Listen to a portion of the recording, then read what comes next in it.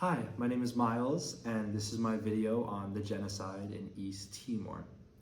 Before we discuss what happened in East Timor and why it deserves more recognition as a genocide, in addition to recognition of the war crimes committed by the Indonesian government, we must first ask ourselves, what is genocide?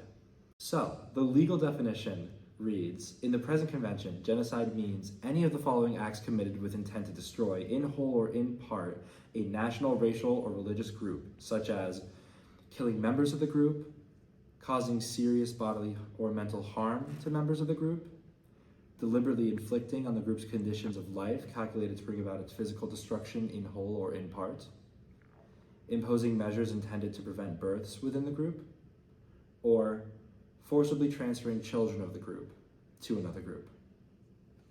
The most clear example of this is with the Holocaust, which was the atrocity that inspired the implementation of this convention against and the legal definition of genocide by the UN.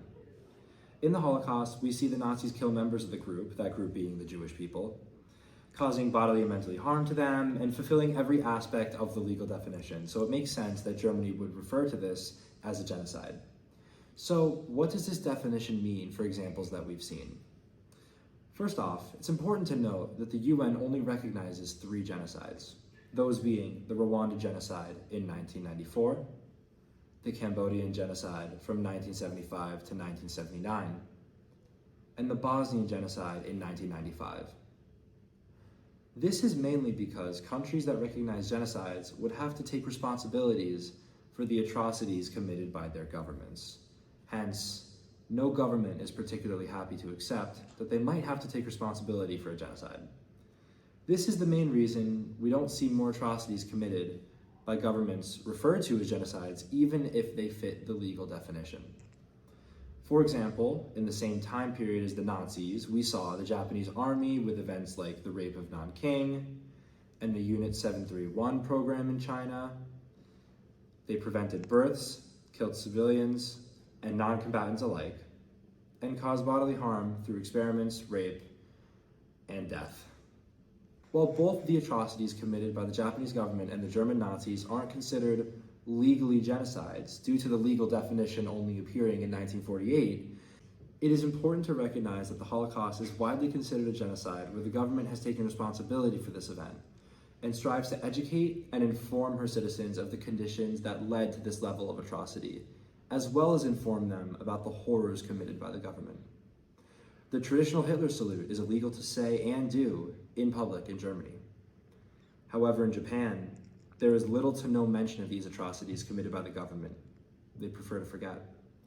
The German people and the German government get to move on because of their accountability, whereas the Japanese government and her people attempt to hide the atrocities committed during World War II. Why then does the international community refuse to demand a type of reparation or even an apology from the Japanese government for its wartime atrocities towards the people of China?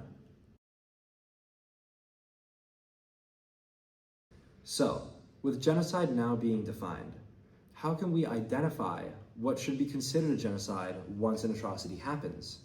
Let's take a look at the Cambodian genocide and how the memory of the people involved helps start the process of healing. A wonderful example of this is in the documentary we looked at in class of the Cambodian genocide, where the filmmaker's goal in dragging up buried memories of Cambodians is getting 1, personal justice, and 2, correcting the shared memory of the event so that it more accurately represents the truth. In my opinion, genocide should be defined by the memory that these events have. Let's look at a fairly recent example of an atrocity where the memory of this event by both governments and people is what, in my opinion, gives validity to the classification of genocide. A genocide is worth international recognition if there is a necessity for the people and the government to take accountability, like we will see with Indonesians and East Timor. Now for a bit of history on East Timor. After the decolonization of Portugal in 1975, East Timor, now known as Timor-Leste, declared independence. In December, Indonesia invaded and occupied East Timor between 1975 and 1999, a span of 24 years. In this span, the government of Indonesia continuously killed and massacred the residents of East Timor, committing rape, mass killings, and forced displacement from the region. A referendum was held in August of 1999 by the UN to determine if people wanted independence from East Timor, or in East Timor, and it passed.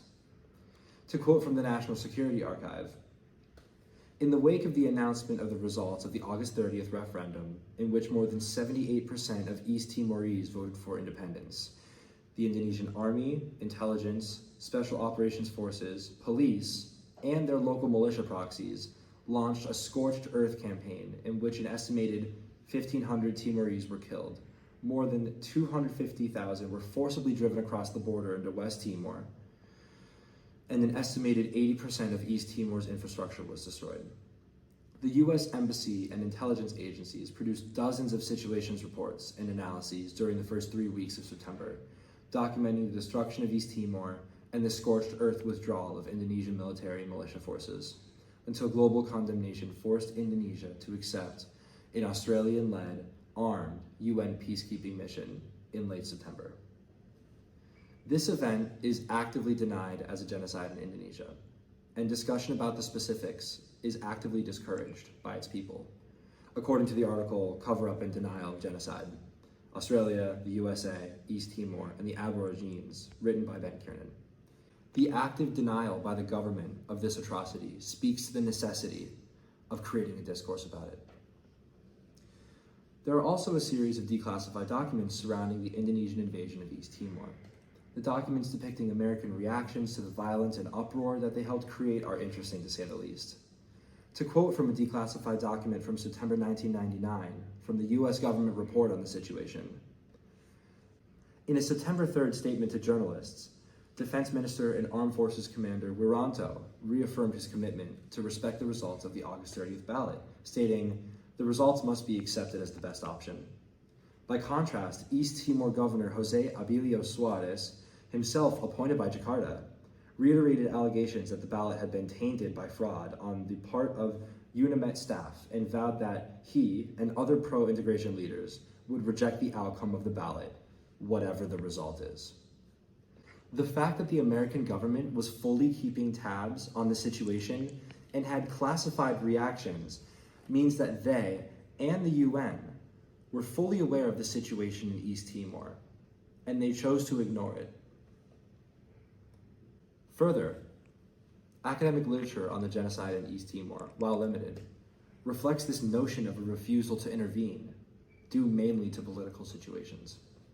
In the book, If You Leave Us Here, We Will Die, How Genocide Was Stopped in East Timor by Jeffrey Robinson, he says that this lack of intervention reveals that among the most powerful states, notably the United States, resistance to intervention persisted for several days after the violence had begun to spiral out of control, and that the eventual decision to intervene was the consequence of an unusual conjuncture of events and conditions, including dramatic media coverage, the existence of a long-standing network of NGO and church organizations, and the surprisingly effective diplomacy of the UN Security Council and the Secretary General himself. With this denial by the governments of the United States during the genocide, and the refusal of Indonesia to this day to call it a genocide, it could be wondered if defining an event as a genocide actually accomplishes anything. For starters, defining an event as a genocide allows a government to take responsibility and accountability for its people. It forces the government to realize what has been committed and starts the journey to accountability, as we see in Germany. Secondly, studies on the people of Indonesia reflect a shared knowledge of this atrocity. According to a study from 2024 titled Indonesians Remember East Timor, Exploring East Timor Integration and Separation from Indonesia and Indonesia's Past Transgressions, we see that many Indonesians do not believe that the government of Indonesia is directly responsible for the atrocities in East Timor. Instead, either getting history about the invasion incorrect, calling it a liberation, or simply not realizing how bad the reality was. There are, of course, people who understand the gravity of Indonesia's actions in East Timor. However, this general confusion about the event is what contributes to the active forgetting of the truth. There is another reason for the recognition of genocide by both Indonesia and the international community. It forces the truth about the event and thus retribution to be handled. The memory of these atrocities by people needs to be highlighted and focused on so that healing can be prioritized. This is how a country moves on from a genocide, like Germany did, and like many individuals are attempting to do in Cambodia. This is the only way to atone for this type of mass killing, and calling it a genocide is the first step in changing the narrative. Thank you so much, and I hope you enjoyed.